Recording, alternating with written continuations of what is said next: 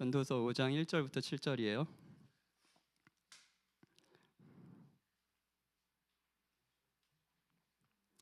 전도서 5장 1절부터 7절 같이 한 절씩 교독하도록 합시다. 제가 먼저 읽을게요. 너는 하나님의 집에 들어갈 때 내 발을 삼갈지어다. 가까이하여 말씀을 듣는 것이 우매한 자들이 재물 드리는 것보다 나으니 그들은 악을 행하면서도 깨닫지 못함이니라.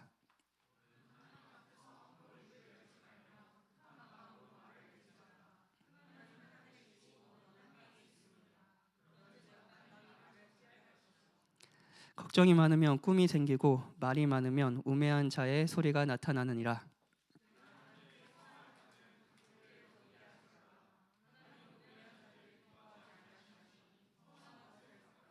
서운하고 갚지 아니하는 것보다 서운하지 아니하는 것이 더 나으니.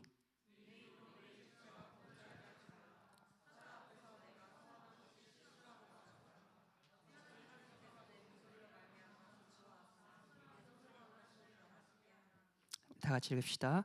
꿈이 많으면 헛된 일들이 많아지고 말이 많아도 그러하니 오직 너는 하나님을 경외할지니라.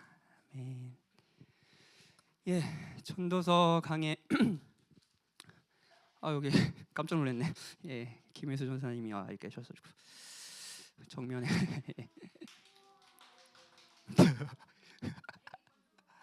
얘기 던져놓고 훌륭하십니다.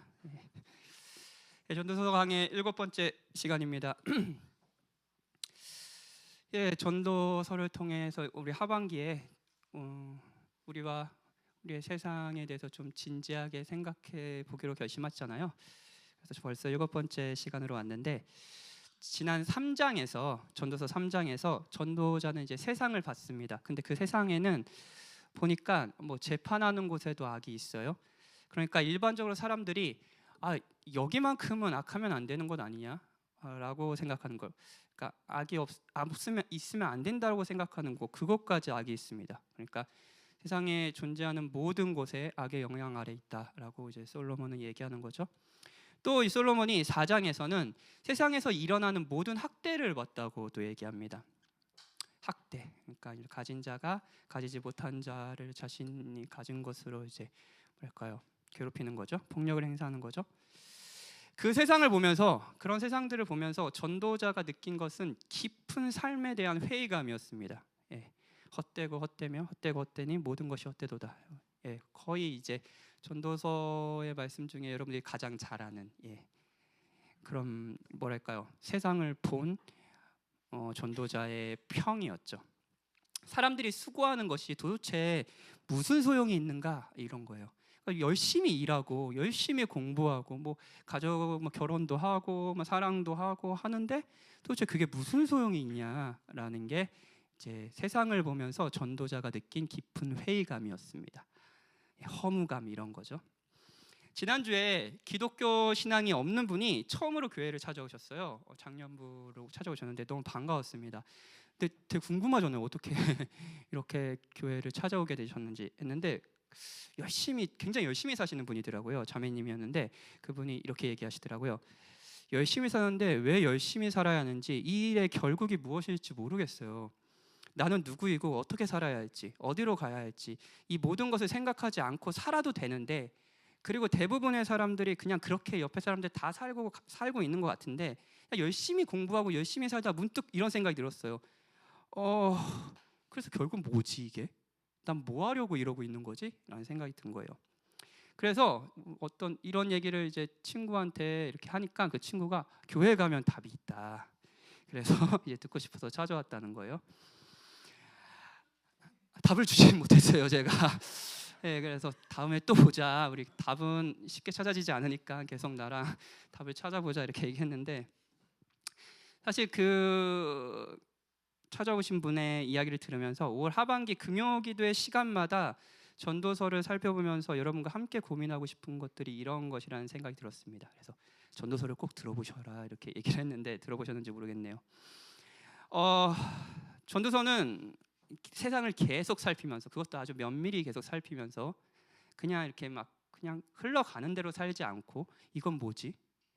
이건 왜 이러는 거지? 이렇게 생각하면서 이제 고민하고 있는 거죠. 전도자는 오늘 본문에서 그런데 이렇게 그 전까지는 약간 세상을 보면서 깊은 회의감과 그리고 막 허무함과 이런 걸 고백했지만 약간 분위기가 바뀝니다. 오늘 1절에서 이런 말을 합니다.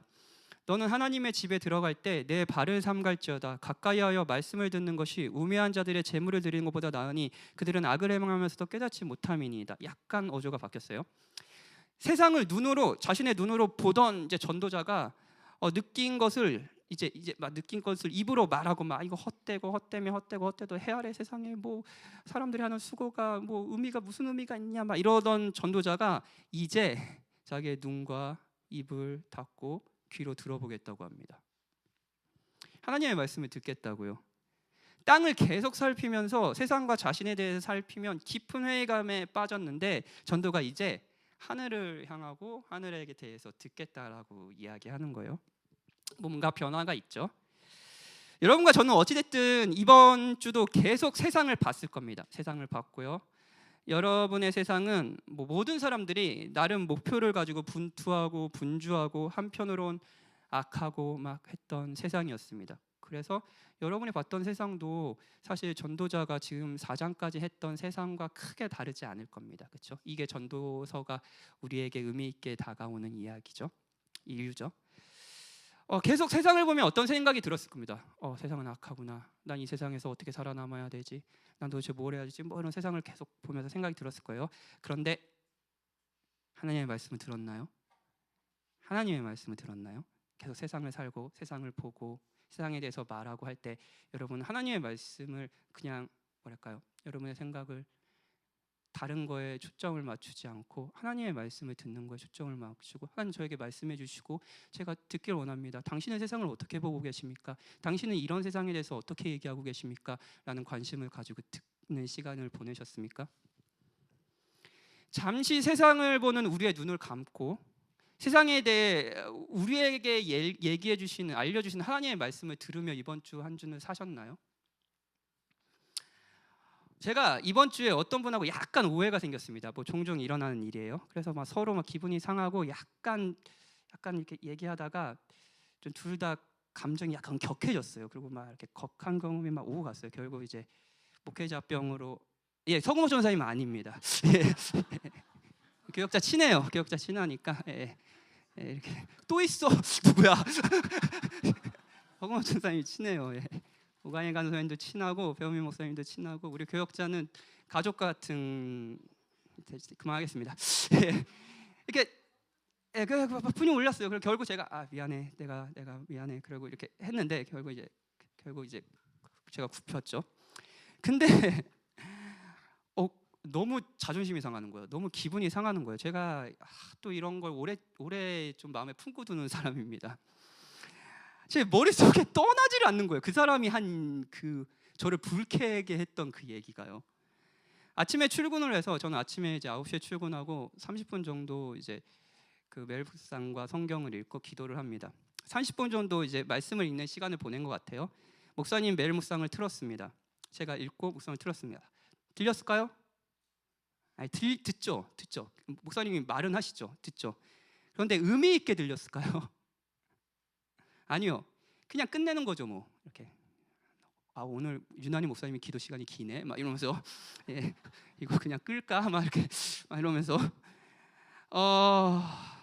했다는 뭐 의미가 있는 거니까 그냥 하는 거죠. 그리고 어제 들은 그 이야기는 그 사람과 나눈 그 이야기는 머릿속에 떠나지를 않았습니다. 하나님의 이야기는 하나님의 말씀은 머릿속에 2초 만에 지워져 버리고요. 그냥 이렇게 머물지도 않아. 그냥 이렇게 나가 버리죠.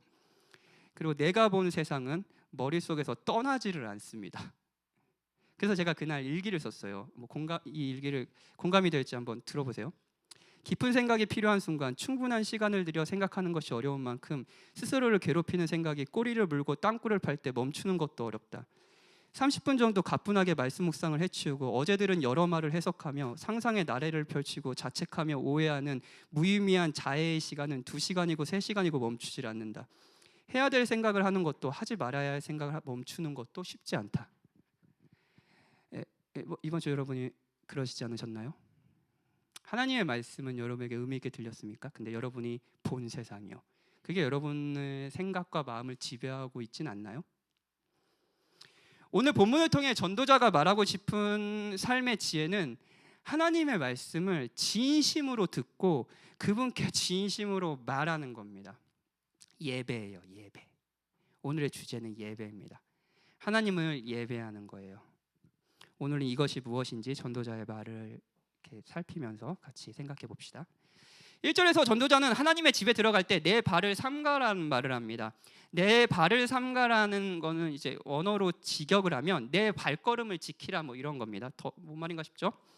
근데 이게 이제 구약적인 배경이 있습니다. 모세가 처음 그 호렙산에서 불타는 떨기나무로 하나님을 만나 여호와를 만났을 때 하나님이 모세에게 딱 이렇게 말씀하셨어요. 모세야, 그러면서 이리로 가까이 오지 말라. 내가 선 곳은 거룩한 땅이니 내 발에 신을 벗으라, 이런 거잖아요. 왜 신을 벗으러야 돼? 뭐 이런 생각 들지 않으셨어요? 그러니까 신을 벗는다는 거, 발걸음을 지킨다는 거, 이것은 자신이 지금 대면하고 있는, 지금 만나고 있는 대상이 누구인지 알고 그거에 합당한 예의를 지키며 마음가짐을 새롭게 하라는 명령입니다. 이걸 조금 더 이렇게 좀 이렇게 잘 와닿게 한번 생각해 볼게요. 여기 한 방이 있다고 생각합시다. 여기 방이 있어요. 그리고 방에는 박현진이 있습니다. 그럼 여러분이 이 방에 들어올 때 어떻게 하시겠어요?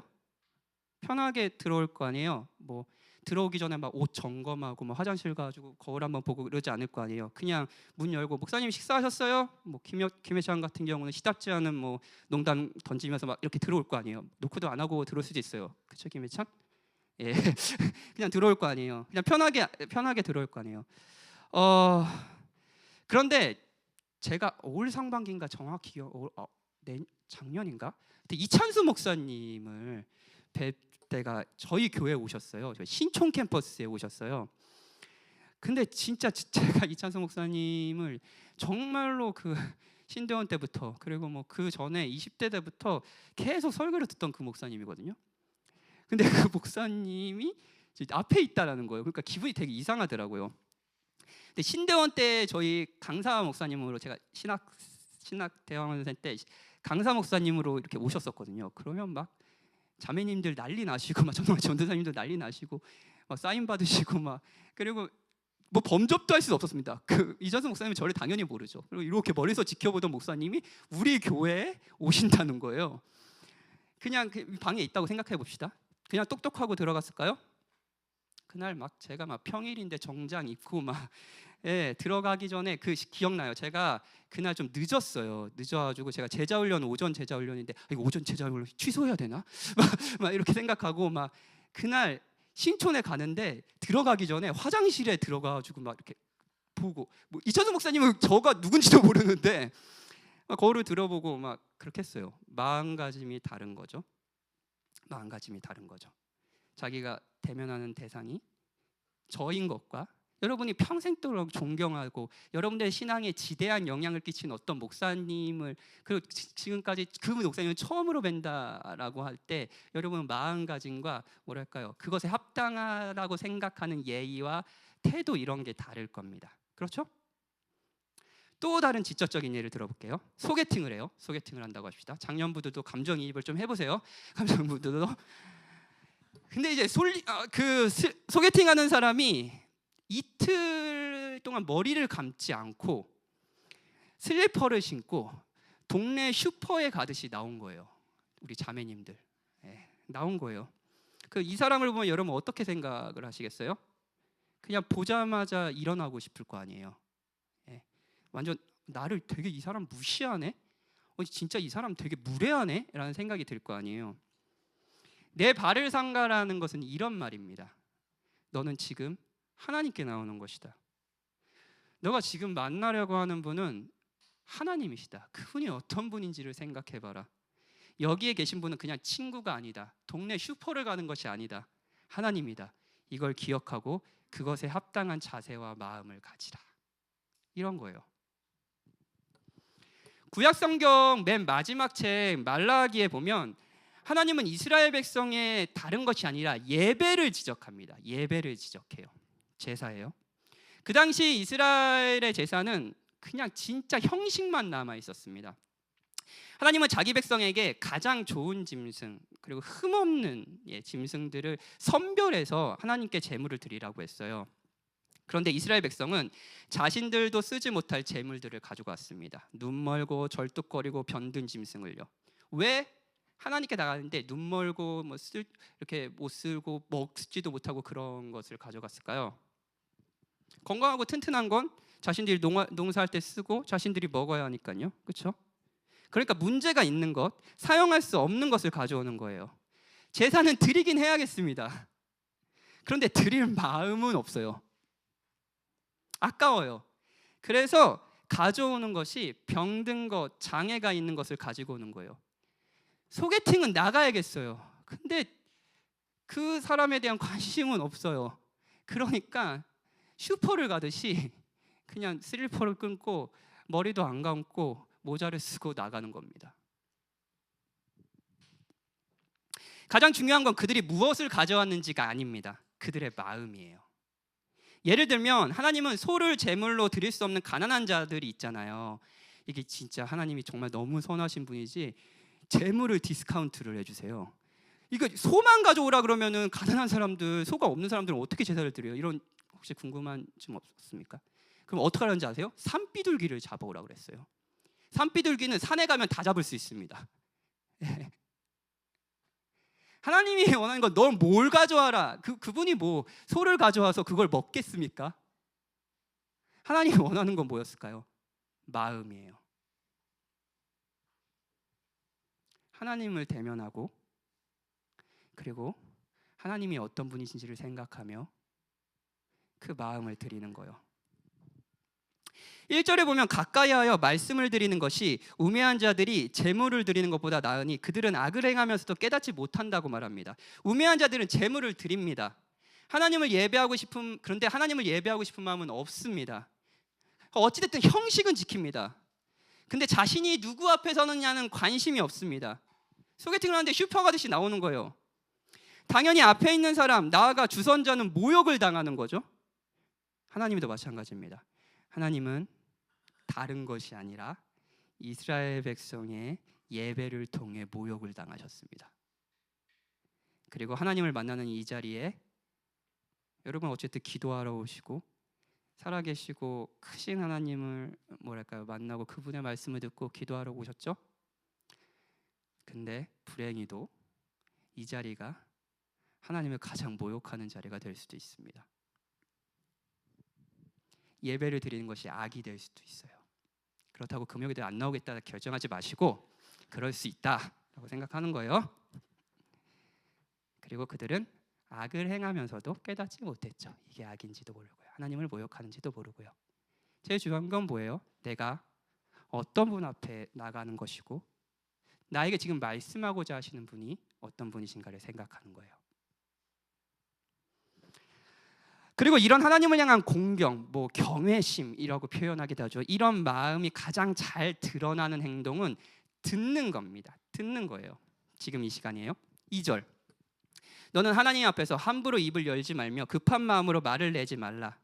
급한 마음으로 말하기보다는 1절에서 말한 것처럼 가까이에서 말씀을 들으라는 거예요. 먼저 말하기보다는 하나님이 말씀하시는 것을 듣고 생각해 보라는 겁니다. 자, 여러분의 관계를 한번 생각해 봅시다. 만나자마자 우리가 말을 먼저 하는 대상이 있는가 하면은 말하기 전에 기꺼이 그 사람의 무슨 말을 하나 되게 주의 깊게 또 이렇게 들으려고 하는 사람이 있습니다. 이찬수 목사님을 만났을 때 만났을 때 저는 말을 하지 않았습니다. 목회가 어떻고 성경 해석이 어떻고 절대 말하지 않았어요. 어떻게 말하겠어요? 목회에 대해서 그렇게 정말로 한국교회를 해서 열심히 잘 목회하시는 목사님께 제가 목회 얼마나 했다고 목회를 막 얘기하겠어요? 말을 하지 않았어요. 누구보다. 그리고 말하지 않는 게 불편하지도 않았습니다. 계속 듣고 싶었습니다. 목사님 어떻게 목회를 생각하시지? 그런 상황에서 어떻게 목회를 하고 계시지? 이런 걸 듣길 원했어요. 그리고 말하는 시간이 주어졌습니다. 교역자별로 한 명씩 질문을 이렇게 하는 거예요. 질문을 이렇게 동그랗게 앉았는데 질문을 했어요. 배우민 목사님도 질문. 근데 배우민 목사님도 그때 질문을 하면서 배우민 목사님은 항상 이렇게 질문하고 답을 들으면서 눈물을 흘리시거든요. 예, 그날 또 이찬수 목사님의 감동 어린 그 훈계의 말씀을 들으며 저 목사님 오늘도 우시는구나라고 생각하며 이렇게 막 울었어요. 울었는데 굉장히 감동적이었어요. 근데 다 한 번씩 질문하는데 제가 그 질문과 답변을 귀 기울여 듣긴 했지만 귀 기울일 수 있었을까요? 아니요. 어떤 생각이 들었을까요? 내가 오면 무슨 질문을 해야 되지? 이렇게 질문하면 되나? 이 단어를 써야 되나? 아니야 저 단어를 써야 되나? 이게 맞나? 저게 맞나? 고르고 질문을 했습니다. 저는 계속해서 목회에 대해서 들었고요. 잠시 말을 했습니다. 그것도 고르고 고른 배우민 목사님이 질문할 때 머릿속에서 떠나지 않고 나는 어떻게 질문하지 했던 그 질문으로 질문을 했어요. 그것도 제가 말하는 시간도 제가 말하는 시간보다 이찬수 목사님의 말을 듣기 위해서 말하는 시간이었습니다. 말하기 좋아하는 박현진에게는 있을 수 없는 이야기죠. 진짜 말하는 거 좋아하거든요. 이게 병이에요, 병인데 그래서 이제 실수를 할 때가 진짜 많습니다. 지난주 주일날 사실은 이제 연애 때문에 고민하는 한 청년을 만났어요. 청년을 만나는데 이게 여러분들도 그런 고민이 드시는 분이 계실 거예요. 연애는 너무너무 하고 싶은데 연애할 사람이 없는 거예요. 그리고 자기가 이제 사실은 연애 경험이 지금까지 없다 보니까 이 경험을 향후는 할 수 있을지 막 이런 두려움이 막 엄습하는 거예요. 그런 두려움 아시죠? 그런 막막함. 내가 연애를 할 수 있을까? 막 이런 염려가 커지는 거예요. 그래 이야기를 듣고 제가 그냥 힘들구나. 나도 여가 열심히 좋은 사람 있나 한번 찾아볼게. 그리고 너 진짜 좋은 사람이니까 좋은 사람 만날 거야. 그러면서 막 이렇게 옆에 사람들 다 그렇게 위로해 줬어요. 근데 제가 이렇게 듣고 있다가 그렇게 하다가 이 목회자는 꼭 정답을 얘기해 줘야 된다라는 그런 약간 강박이 있어요. 그래서 제가 목회병이 들어서 거기서 지금 연애에 대한 마음이 너무 큰 것 같아. 그 마음이 클수록 넌 더 초조하고 좋은 사람을 보지 못할 수 있어. 약간 이 주제에 대해 마음을 편하게 먹는 게 좋을 것 같아라고 오지랖을 떨었습니다. 근데 이 말을 해주고 집에 가는데 생각해 보니까 이게 적당한 말이 아닌 것 같은 거예요. 마음을 편하게 먹는 것이 가능합니까 그 상황에서? 물론 편하게 먹으면 좋죠. 저도 편하지 않았어요. 저도 막 그때 막 신대원생인데 왜 연애도 못하게 해주시고 하나님 원망하고 막 그러면 안 돼요. 그러면 안 되는데 예. 근데 그 시간에 저는 그 청년에 대해 듣기보다는 말하는 것에 집중했습니다. 내가 얘한테 말해줘야 된다라는 것에 집중했어요. 왜 그랬을까요? 우리가 어떤 대상을 만나는데 그 대상에 대해 듣기보다 말할 때는 이럴 때입니다. 그 대상에 대해 충분히 알고 있다고 생각할 때예요.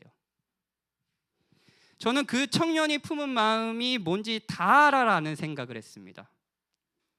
그리고 그 청년의 상황도 파악됐다고 생각했어요. 너가 이런 상황이고 너의 마음은 이럴 거야라는 거의 데이터에 근거한 이야기를 쏟아냈죠. 상황 파악 완료. 뿐만 아니라 그 상황에 대한 충분한 지혜가 제가 있다고 생각했습니다. 그러니까 조금 가볍게 생각해 라고 말을 한 거죠. 제가 갑자기 그 친구한테 사과하고 싶은데 용서해 주세요.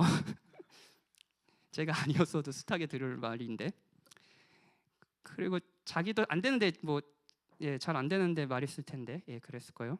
그래도 좀 가볍게 생각은 했으면 좋긴 하겠습니다. 여기까지만 할게요. 여기까지만 할게요. 목회병이에요. 자, 아무튼 두 사람이 있어요. 이찬수 목사님과 청년.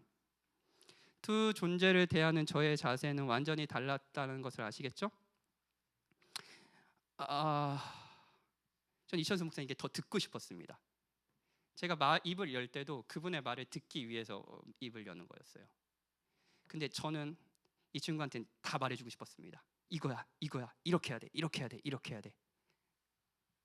이게 옳은 거야, 이게 선한 거야. 물론 그런 목회적 충고가 필요하죠. 그게 무시한다는 건 아니에요. 근데 왜 두 존재에 대한 마음이 달랐을까요? 제가 하나님을 대할 때는 어떨까요?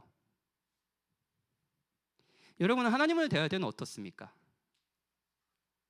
하나님을 만난다고 합시다. 자, 성령 하나님께서 성령 하나님을 통해 지금 이 자리에 계시는 하나님이 여러분들 진짜 뭐랄까요? 여러분을 대면해 주시는 거예요. 그럼 일단 무엇을 하고 싶겠습니까? 일단 여러분이 빡친 그런 것들 막 쏟아내야 되지 않겠어요? 여러분 듣고 싶겠습니까? 여러분 하나님을 공경합니까? 하나님이 누군지 아시고 하나님이 받으실 만한 존경과 경외의 마음을 품고 이 자리에 앉아 계십니까? 그렇다면 여러분은 말하기에 앞서 하나님의 말씀을 듣고자 할 겁니다. 전도자는 말을 상가라고 하면서 그 이유를 하나님은 하늘에 계시고 너는 땅에 있다고 말합니다. 하나님과 우리의 차이를 말하는 거예요. 하늘은 고대 근동에서 신령한 초월적인 면을 강조하는 은유 같은 것입니다. 하나님은 우리와 다르십니다. 존재에 대해 충분히 안다고 상황도 파악이 됐다고 우리는 입을 열지만 그렇지 않은 대상이 앞에 있다면 우리는 입을 열기에 앞서서 귀를 열 겁니다.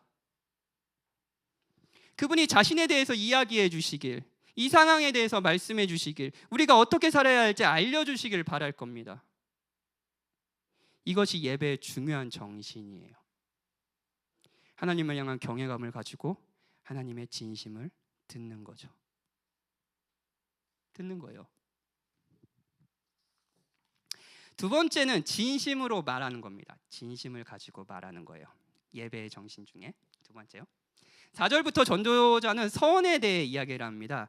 그러니까 성경에 보면 하나의 기도의 형태로 자신이 원하는 것을 구할 때 어떤 대상을 걸고 기도하는 형태가 있습니다. 이것을 서원이라고 합니다.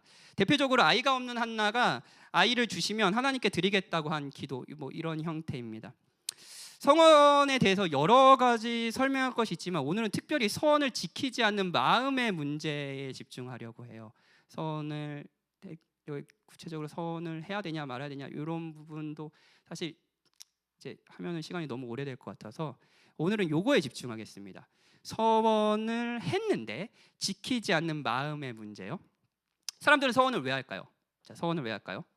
자신의 바람, 간절한 것, 이 바람이 진짜 간절하다는 것, 진짜 진심이라는 것을 하나님이 알기 원하는 거잖아요. 자, 생각해 봅시다. 우리 언제 맹세하죠? 맹세해요. 상대가 우리를 신뢰하지 않을 때 또는 우리도 상대를 신뢰하지 않을 때 우리는 맹세하잖아요. 그렇죠?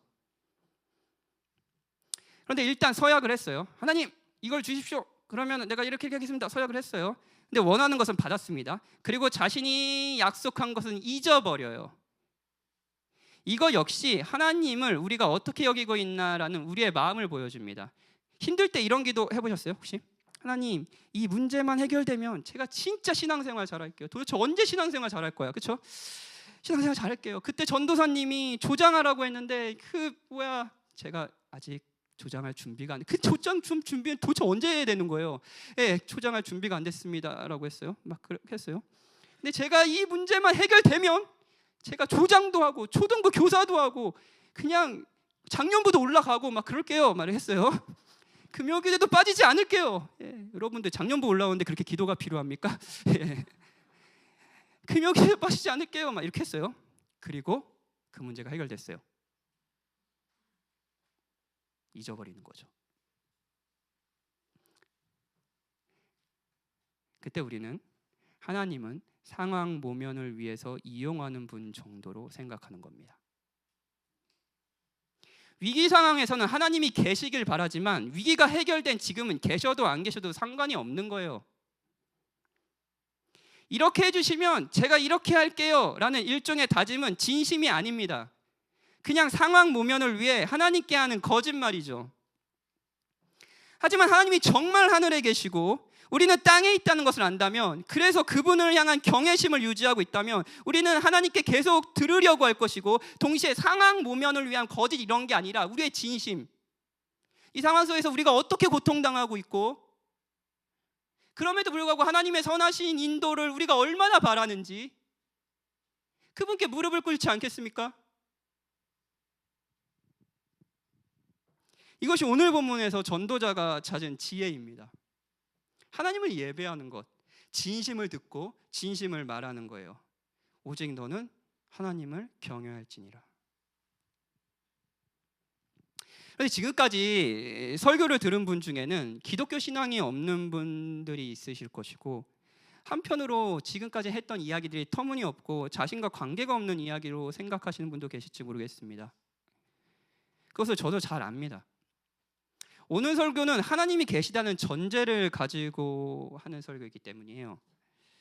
하나님이 계시지 않다면 그분을 예배하고 듣는 것, 조심히 말하는 것, 경외하는 것, 이 모든 것이 사실 의미 없는 것 아니겠습니까? 그런데 여러분, 이것을 한번 같이 생각해 보셨으면 좋겠어요. 여러분은 하나님이 아니더라도 무게를 가지고 말하기보다는 듣는 대상이 있습니다. 이걸 세상은 권위라고 표현하기도 하고요, 존중이라고도 이야기도 하기도 해요. 말하기보다는 듣기를 원하고 조심스럽게 자신의 생각을 정리해서 말하는 대상, 기독교 용어로 이 대상을 예배한다라고 얘기합니다. 여러분이 하나님을 예배하지 않는다 해서 아무것도 예배하지 않는 것은 아닙니다. 이게 성경의 입장입니다. 현대사회에서 우리는 미처 인식하지 못하는 예배 형태들을 가지고 계속 살아갑니다. 예를 들어서 이 주제에 대해서 가장 재미있게 이제 책을 쓴 분이 제임스 스미스라는 분이신데, 쇼핑몰에서도 일어나는 것이 예배라고 이제 말해요. 그걸 한번 잠깐 설명해 볼게요. 하나님의 나라를 욕망하라는 책에서 그렇게 설명합니다. 자, 쇼핑몰에 갔어요. 쇼핑몰에 여기 디큐브에 갔어요. 디큐브 3층에 갔어요. 근데 가을 옷이 있는 거예요. 3층 맞나요? 네, 디큐브에 갔어요. 하여튼 갔는데 가을 옷을 딱 보면 일종의 여러분 메시지를 듣는 겁니다. 이런 메시지를 듣습니다. 너는 잘못됐다. 네가 지금 입은 가을 옷은 작년에 산 옷이다. 요즘엔 그런 옷을 절대 입지 않는다. 너는 구리다. 이런 메시지를 듣는 거죠. 구리다는 얘기 요즘에 잘 안 하나? 갑자기 쫄보라서. 그리고 쇼핑몰은 구원을 제시합니다. 이걸 사면, 이걸 입으면 넌 구리지 않아. 너는 충분히 아름다워질 수 있다. 일종의 회개와 구원을 선포하죠. 쇼핑몰이요. 그리고 쇼핑몰은 일종의 공동체도 형성합니다. 그래서 이 가을 옷을 샀고 입고 다니는 나와 이 옷을 사지 못한 너라는 구분, 평가가 이루어집니다. 그리고 우리가 이런 소비의 예전의 형태에 계속 몰입하는 사이에 우리는 물건을 과대평가한 동시에 저기 디큐브에 걸린 그 옷이 우리를 아름답게 해줄 거야. 이걸 입으면 나는 귀한 존재가 돼라는 메시지를 드려요. 여러분의 지난주 쇼핑몰에서 본 머릿속에 계속 떠나다니는 그 가방, 한 달째 머릿속에 있는 그 가방이요. 그렇죠? 저 물건을 사면 너는 귀한 존재가 되고 너는 아름다워질 거야. 과대평가합니다. 과대평가 자연스럽게 하게 돼요. 그리고 동시에 물건을 과소평가하는 훈련도 받습니다. 이게 뭔지 아세요? 작년에 과대평가해서 산 옷을 과소평가하지 않으면 또 옷을 사는 멍청한 행동은 하지 않습니다. 작년에 산 옷이 그렇게 과대평가해서 샀는데 바로 나는 구려 라는 생각을 하지 않으면 우리는 그 옷을 사지 않는다는 거죠. 우리는 계속 듣습니다. 계속 들어요. 그리고 결국 사죠. 하나님을 예배하지 않는다고 해서 어떤 것을 예배하지 않는 것은 아닙니다. 소비의 형태를 얘기했지만 여러분이 일종의 여러분의 커리어를 위해서 여러분이 노력하고 있는 거, 그리고 여러분의 가정을 어떤 방식으로 했든 여러분이 계속 어떤 메시지를 듣는 겁니다. 그리고 그 메시지에 대해서 여러분들은 구원을 소망하죠. 결국 인간은 예배하는 존재이고 권위를 가지고 의지하는 대상이 있어요. 그 대상이 무엇인지가 중요하죠. 여러분이 하나님을 예배하지 않는다고 해서 다른 어떤 것도 예배하지 않는다는 것이 아닙니다. 전도자는 오늘 본문에 앞서 세상에 악하고 학대가 있다는 것을 봤다고 했잖아요. 세상의 고통을 봤다고 했잖아요. 세상이 학대를 받다고 그랬잖아요. 근데 사랑하는 여러분, 세상이 왜 고통스러울까요? 왜 고통스러울까요? 왜 학대가 있을까요? 예배가 하나님을 예배하지 않기 때문일까요? 예배가 없기 때문일까요? 물론 이 말도 맞습니다. 그런데 세상이 고통스러운 건 잘못된 예배의 결과입니다. 생각해 볼까요? 앞서 말한 소비주의 메시지, 소비주의요. 이걸 사면 이 물건이 물질주의, 소비주의, 이 물건이 나를 더 고귀하고 지금보다 더 나은 사람으로 만들어줄 거라는 일종의 구원에 대한 기대요. 이 메시지로 자신이 가진 소유를, 가치를 평가하는 세상에서 사람들은 서로를 계속 비교합니다. 사람들은 사랑의 대상이 아니라 나의 존재의 고귀함을 입증해주는 존재로서 서로 존재합니다. 그 옷을 사지 못해서 이 옷을 산 나를 더 빛나게 해주는 사람이 옆에 있든, 이 옷을 같이 사고 내 옆에 있어서 나를 빛나게 해주는 사람이 있든, 여기에는 예배가 있고요. 이 예배는요, 세상을 고통스럽게 합니다. 세상의 고통은 예배가 없는 것이 아니라 잘못된 예배의 결과입니다. 전도자는 이제 세상에서 눈을 돌려 하나님에게 듣고자 합니다. 하나님을 예배하고자 합니다. 여러분의 세상이 고통스럽고 여러분의 세상이 마음에 들지 않는다면 이제 다른 것을 예배하는 것을 그치고 하나님께 시선을 돌리고 하나님의 말씀 한번 들어보지 않으시겠습니까? 전도자는 하나님을 예배하자고 말해요. 사랑하는 여러분, 전도자는 하나님께 말하기에 앞서 들어야 하고 진심으로 말해야 하는 이유는 하나님과 우리가 차이가 있기 때문에 말했어요. 하나님은 하늘에 계시고 우리는 땅에 있습니다. 그렇죠? 자, 그런데 만약에 이 범접할 수 없는 차이만 있다면 하나님께 가서 듣고 진심으로 말하는 것에는 약간의 한계가 있을 겁니다.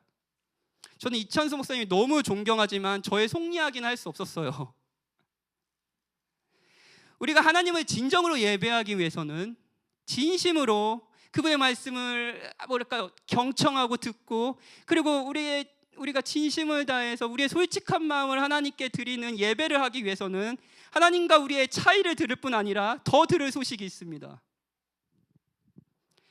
예수님은 전도자와, 오늘 전도서의 전도자와 같은 의도로 마태복음 6장 7절에서 이방인과 같이 중언부언하지 말라, 기도할 때 중언부언하지 말라고 했습니다. 그러니까 중언부언은 뭐 블라블라 이런 말이에요. 그러니까 의미를 생각하지 말고 막 아는 형태에서, 일단 뭐 사고가 들어지지 않는 형태에서 종교적 행위를 하는 정도의 기도를 하는 것을 의미하는 겁니다. 뭐 주문을 외우는 거, 뭐 이런 겁니다.